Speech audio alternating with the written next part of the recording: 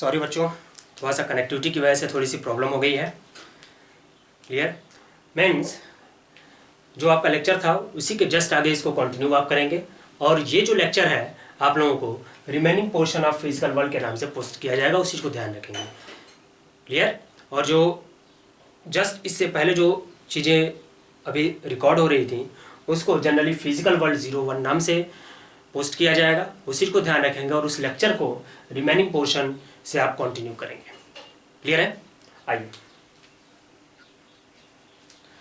तो अभी जस्ट मैंने क्या बताया आप लोगों को कि अब हम लोग बढ़ने वाले हैं स्कोप ऑफ फिजिक्स में।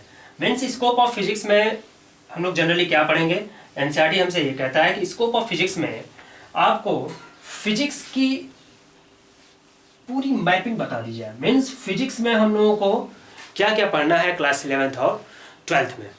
आप इतना ध्यान रखो कि क्लास 11th और 12th में हम लोग पूरी फिजिक्स पढ़ जाएंगे, लेकिन बस ऊपर ऊपर पढ़ेंगे, उसके डीप में अभी बहुत ज़्यादा नहीं जाएंगे। जैसे क्लास 10th में आप लोगों ने साइंस पढ़ा, क्लास 11th में आगे फिजिक्स हुआ, जैसे ही आप आगे बढ़ोगे जो पर्टिकुलर एक एक टॉपिक होगी वो क्या हो जाएगी, आपके सब्जेक्ट में कन्वर्ट हो जाएंगे। तो आइए हम लोग देखते हैं scope of physics. Scope of physics की अगर बात कर रहे हैं तो स्कोप ऑफ फिजिक्स में जनरली हम लोगों को ये जानना है कि फिजिक्स को कितने पार्ट में हम लोग पढ़ेंगे और फिजिक्स में क्या क्या पढ़ेंगे। स्कोप ऑफ फिजिक्स की बच्चों अगर बात कर रहे हैं हम, तो स्कोप ऑफ फिजिक्स में जनरली स्कोप ऑफ फिजिक्स को 4 पोर्शन में बांटा जाएगा। First, second, third and fourth. First, second, third and fourth. First जो होगा वो हम लोग पढ़ेंगे mechanics.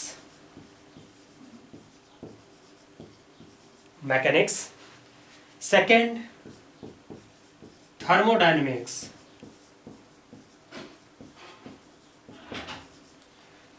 Third electrodynamics and last पढ़ेंगे हम लोग ऑप्टिक्स के बारे में। मीन्स पूरी फिजिक्स को जनरली हम लोग किस में पढ़ेंगे, मैकेनिक्स में, थर्मोडायनेमिक्स में, इलेक्ट्रोडायनेमिक्स में और ऑप्टिक्स में। ठीक है। इससे पहले बच्चों थोड़ी सी एक चीजें हम लोगों को क्लियर करनी बहुत जरूरी है, और इस चीज को थोड़ा सा आप लोग यहाँ पे देख लीजिए। खैर इससे पहले वो चीजें हमें बतानी थी, लेकिन कोई बात नहीं, इसको आप यहाँ पे देखिए कि फिजिक्स जो है उसको किया जाएगा 2 पार्टों में ब्रेक किया जाएगा। 2 पार्ट में इसको स्टडी की जाएगी, 2 पार्ट में ब्रेक किया जाएगा। फिजिक्स में 2 चीजें आपको मिलेंगी।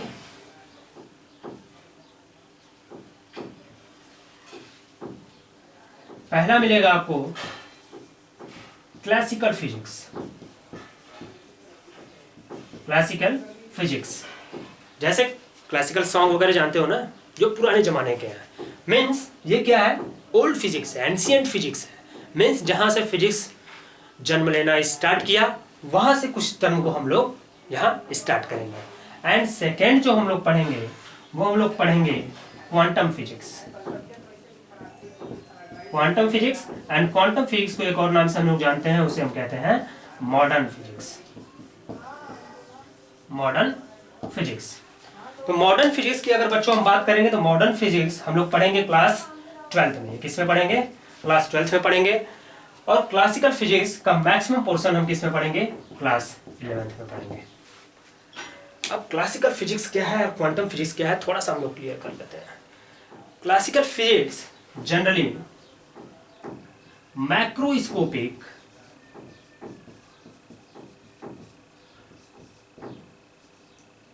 कॉन्सेप्ट्स को एक्वायर किया होता है। मीन्स इसमें क्या है, मैक्रोस्कोपिक स्टडी हम लोग करेंगे। मतलब इसमें वो फिजिक्स इन्वॉल्व होगा जो बहुत ही बड़े लेवल पे उसकी स्टडी की जा रही है। मैक्रो का मतलब क्या हो गया, बहुत बड़ा, बहुत ज़्यादा। ठीक है।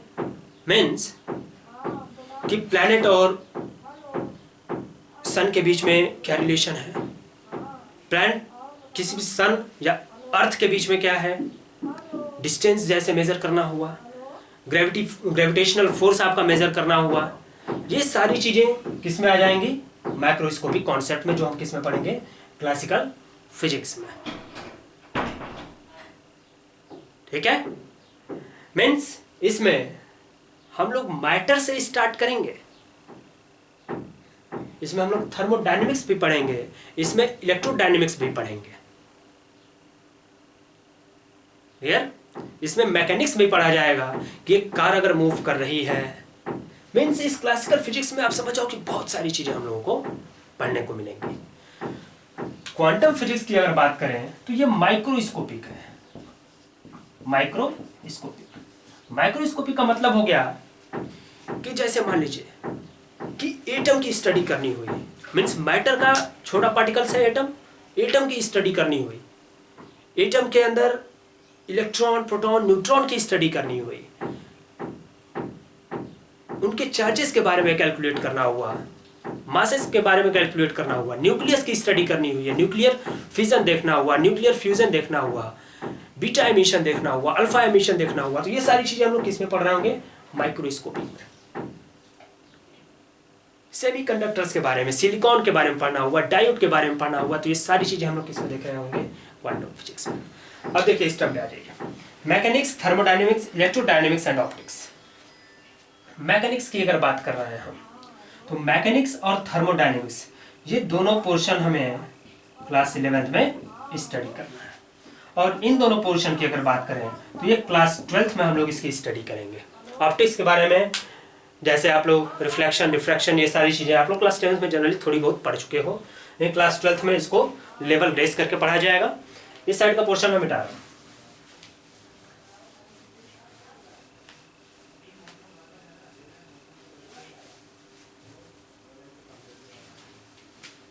देखिए mechanics, thermodynamics, electrodynamics, optics. Mechanics की अगर बात करेंगे तो मैकेनिक्स में बहुत सारी चीज़ें पढ़ेंगे, जैसे मान लीजिए लॉ ऑफ मोशन पढ़ना हुआ, इक्वेशन ऑफ मोशन पढ़ना हुआ, फ्रिक्शन पढ़ना हुआ, मोमेंटम पढ़ना है, टॉर्क पढ़ना है, ऐसे ही बहुत सारी चीजें, ठीक, बहुत सारी चीजें। मीन्स कहा जाए तो इसमें बहुत सारे, लगभग कहा जाए तो इनफाइनाइट टॉपिक्स आप लोगों को मिलेंगे। ये भी बहुत ही वास्ट ब्रांच है, बहुत ही बड़ी ब्रांच है, जो हम लोगों को इसमें क्लास 11th में पढ़ना है। अब आप सोच रहे हो कि सर आप मुझको डरा रहे हैं, हम लोगों को डरा रहे हैं, ठीक है, डराने की बात बिल्कुल नहीं है बेटा।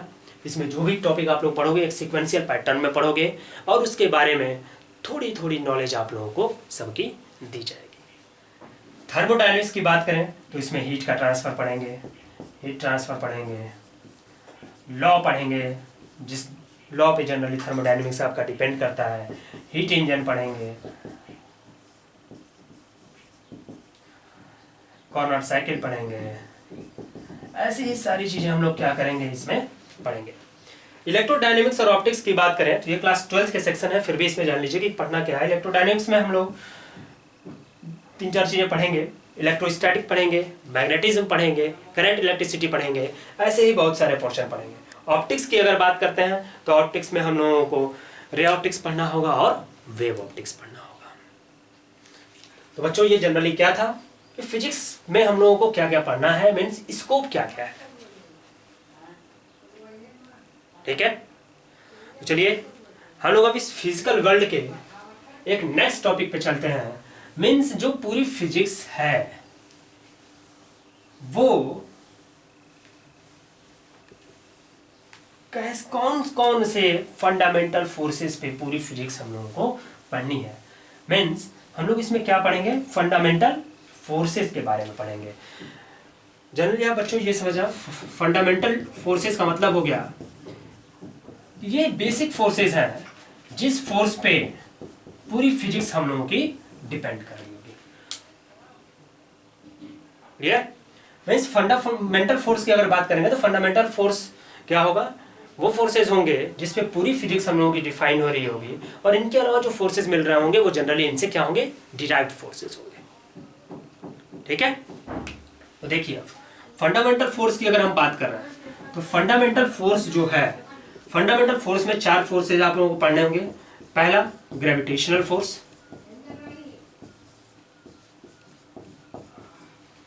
सेकेंड अगर बात करेंगे इलेक्ट्रोमैग्नेटिज्म फोर्स, इलेक्ट्रोमैग्नेटिक फोर्स,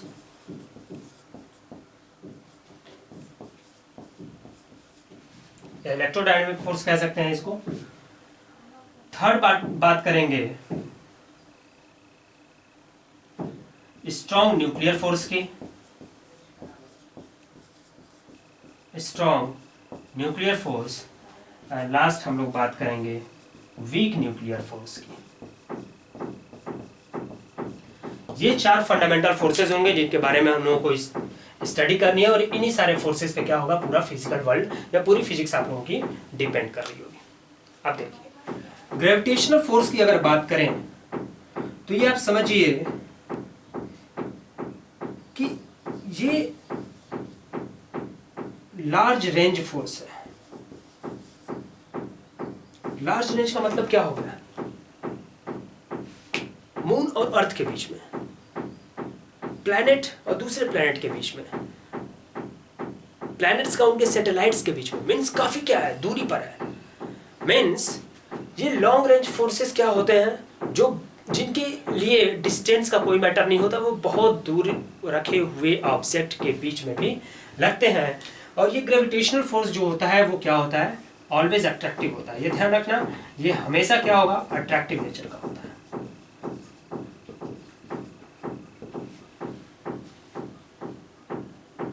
और बच्चों इन चारों फोर्सेस में ये जो फोर्स होता है ये वीकेस्ट फोर्स होता है। मीन्स सबसे इन चारों में सबसे कमजोर फोर्स ग्रेविटेशनल फोर्स होता है।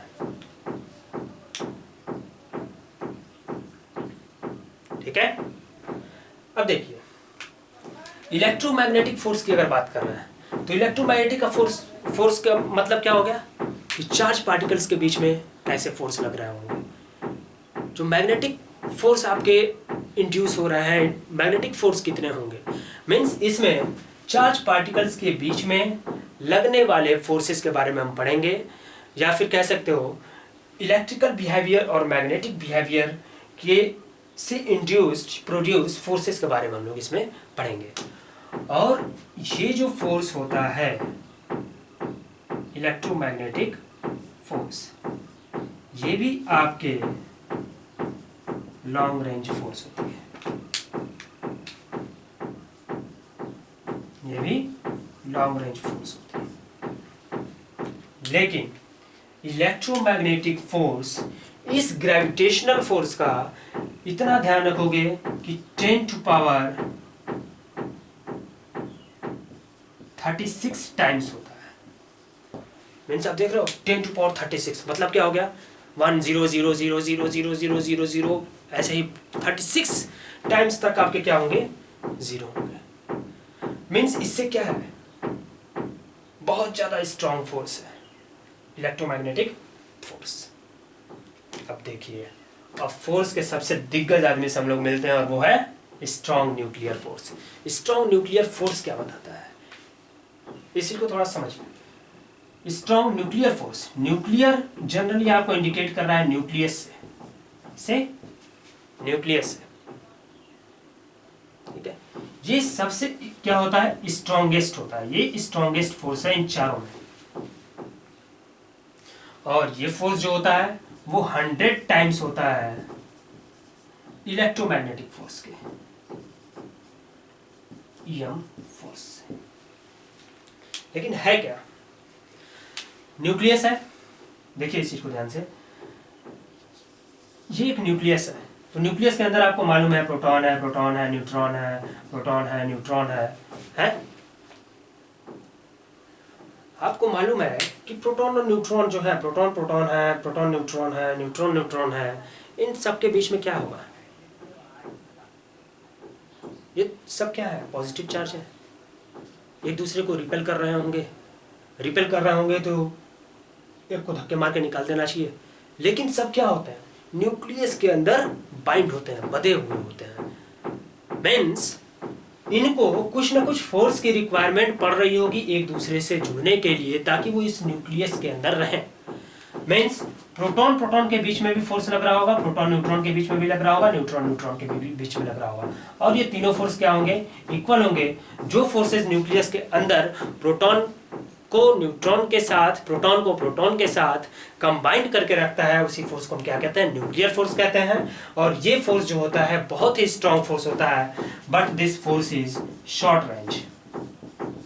इसकी रेंज जो होती है शॉर्ट होती है, छोटी होती है। मीन्स ये न्यूक्लियस के अंदर ही लग रहा है। ठीक है, अब देखिए वीक न्यूक्लियर फोर्स की अगर बात करें तो ये वीक वर्ड लिखा हुआ है, ठीक है, ये वीकेस्ट लिखा है हमने, लेकिन ये क्या है, वीक फोर्स है। मीन्स ये फोर्स ग्रेविटेशनल फोर्स से ज्यादा होगा, लेकिन इलेक्ट्रोमैग्नेटिक फोर्स और स्ट्रॉन्ग न्यूक्लियर फोर्स के कंपैरिजन में बहुत ही कम होगा।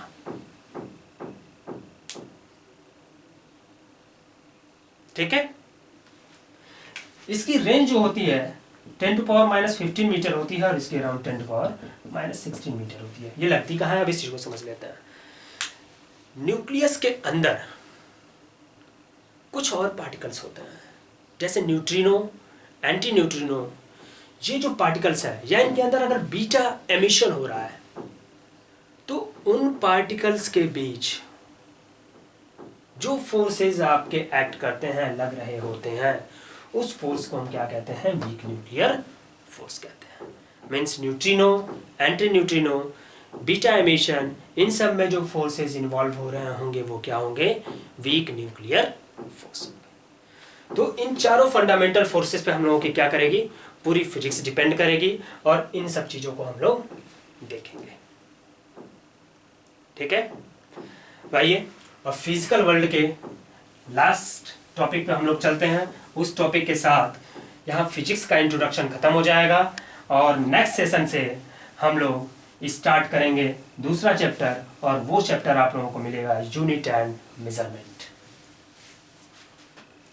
देखिए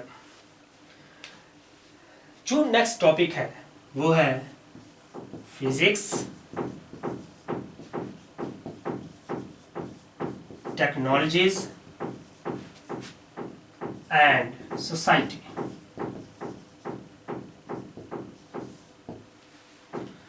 फिजिक्स, टेक्नोलॉजी एंड सोसाइटी। इस टॉपिक से आपको समझ में आ रहा होगा, इस तीनों को इंटर रिलेट किया गया है कि फिजिक्स टेक्नोलॉजी के साथ रिलेट कैसे करता है, टेक्नोलॉजी है तो फिजिक्स कैसे है, और ये दोनों अगर है तो सोसाइटी कैसे है। तो आपको तो पहले ये चीज ध्यान रखनी है, फिजिक्स प्लस टेक्नोलॉजी ये दोनों अगर मिल रहे होंगे तो किसी भी सोसाइटी को डेवलप भी कर सकते हैं और डिस्ट्रॉय भी कर सकते हैं। मीन्स हीट इंजन का, आयरन्स का, या मोटर का, कार का, कंप्यूटर्स का, लैपटॉप का, एलईडी बल्ब का, टेलीविजन का, इन सब का जो इन्वेंशन हुआ, इससे क्या हुआ, हमारी सोसाइटी ओरिएंट की, टेक्नोलॉजी की तरफ जनरली ओरिएंट की। मीन्स यहाँ पे क्या है, सोसाइटी के डेवलपमेंट में ये दोनों काफी अच्छा रोल प्ले कर रहा है। वहीं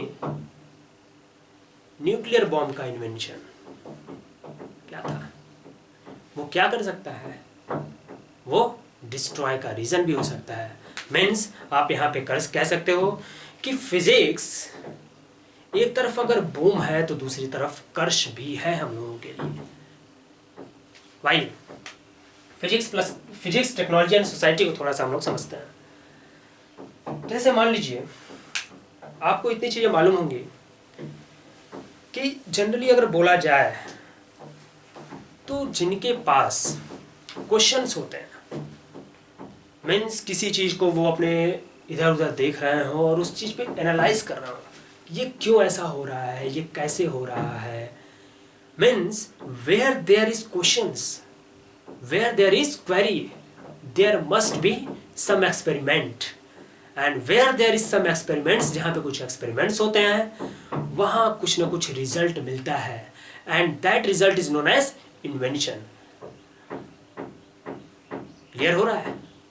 मीन्स जहां पे क्वेश्चंस मार्क है वहां पे क्या होंगे, एक्सपेरिमेंट्स होंगे, प्रैक्टिकल्स होंगे, और जब एक्सपेरिमेंट्स और प्रैक्टिकल्स होंगे तो वहां क्या होगा, नई चीज का खोज होगा, ठीक।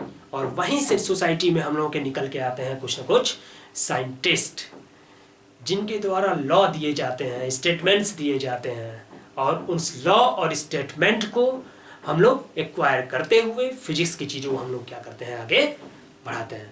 मीन्स जैसे आप मान लीजिए कि स्टार्टिंग में स्टीम इंजन बना।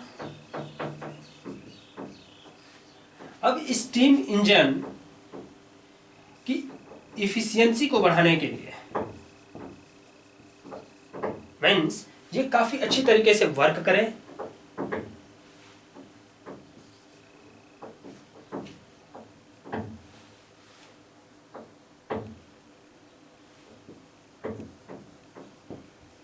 काफी अच्छी तरीके से वर्क करे। इफिशियंसी को इंक्रीज करने के लिए फिर क्या किया गया है, इसकी टेक्नोलॉजी को इंप्रूव किया गया। टेक्नोलॉजी को इंप्रूव किया गया और हम लोगों को क्या मिला, हीट इंजन मिला।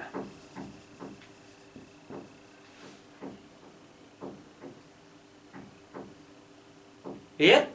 मीन्स फिजिक्स कुछ टाइम पे, सम केसेस में फिजिक्स आपकी पहले आई एंड टेक्नोलॉजीज बाद में आई, लेकिन कुछ केसेस में क्या हुआ, टेक्नोलॉजी पहले आई एंड उस टेक्नोलॉजी को इंप्रूव करने के लिए या उस टेक्नोलॉजी के नॉलेज को जब इन्वॉल्व किया गया तो उस केस में नई फिजिक्स भी जनरेट हुई, नया इन्वेंशन भी हुआ। जैसे मान लीजिए सिलिकॉन चिप का इन्वेंशन। सिलिकॉन चिप देख रहे हो, जो मेमोरी कार्ड वगैरह यूज करते हो आप लोग, ठीक है। सिलिकॉन चिप का इन्वेंशन जो था, अब इस इन्वेंशन से क्या जनरेट हुआ, कंप्यूटर्स जनरेट हुए, लैपटॉप बने। मीन्स कुछ टर्म में क्या हुआ, पहले आपकी टेक्नोलॉजी आई एंड देन क्या हुआ, फिजिक्स आया। और ये दोनों चीजें मीन्स जितने इन्वेंशन, जितनी फिजिक्स, जितनी टेक्नोलॉजी सब इम्प्रूव हुई, वो किस लिए हुई, ताकि हमारी सोसाइटी इन चीज़ों को समझे, उस हिसाब से अपने आप को डेवलप करे। लेकिन उसका डेवलपमेंट या उसका डिस्ट्रॉय दोनों किसके हाथ में था, वो हम लोगों के हाथ में था। अगर हम उसको बेटर जगह लगाते हैं, सही डायरेक्शन में यूज़ करते हैं, तो वो क्या होगा, सोसाइटी के डेवलपमेंट में काफ़ी अच्छा रोल प्ले करेगा। एंड अगर उसको गलत जगह इस्तेमाल किया जाए तो वो क्या कर सकता है, सोसाइटी को डिस्ट्रॉय किया जा सकता है। तो बच्चों, ये थी पूरी फिजिकल वर्ल्ड की दुनिया, जहाँ आप लोगों को फिजिक्स के बारे में बताया गया। नेक्स्ट लेक्चर जो हम लोग स्टार्ट करेंगे वो इसके नेक्स्ट चैप्टर से जनरली स्टार्ट होगा, और वो होगा यूनिट एंड मेजरमेंट। तो बच्चों ध्यान रखना, जो दोनों लेक्चर ये रिमेनिंग पार्ट के नाम से आपका पोस्ट किया जाएगा, और इससे पहले जो अभी शूट हुआ था वो लेक्चर जनरली आपका फिजिकल वर्ल्ड 01 नाम से होगा। उन दोनों लेक्चर को आप लोग देखेंगे और थोड़ा सा इस चीज़ के बारे में अपने दिमाग पे प्रेशर डालेंगे, मंथन करेंगे, सोचेंगे, और फिर इससे उसी क्वेश्चन को लाएंगे, व्हाट इज फिजिक्स, कैसे बताऊं मैं तुम्हें कि मैं कौन हूँ। Thank you guys, thank you so much, have a nice day. 11th में आप लोगों का बहुत बहुत स्वागत है। आप लोग इसी तरीके से अपनी जर्नी को आगे बढ़ाइए, और मेरी शुभकामनाएं आप लोगों के साथ है। Thank you so much.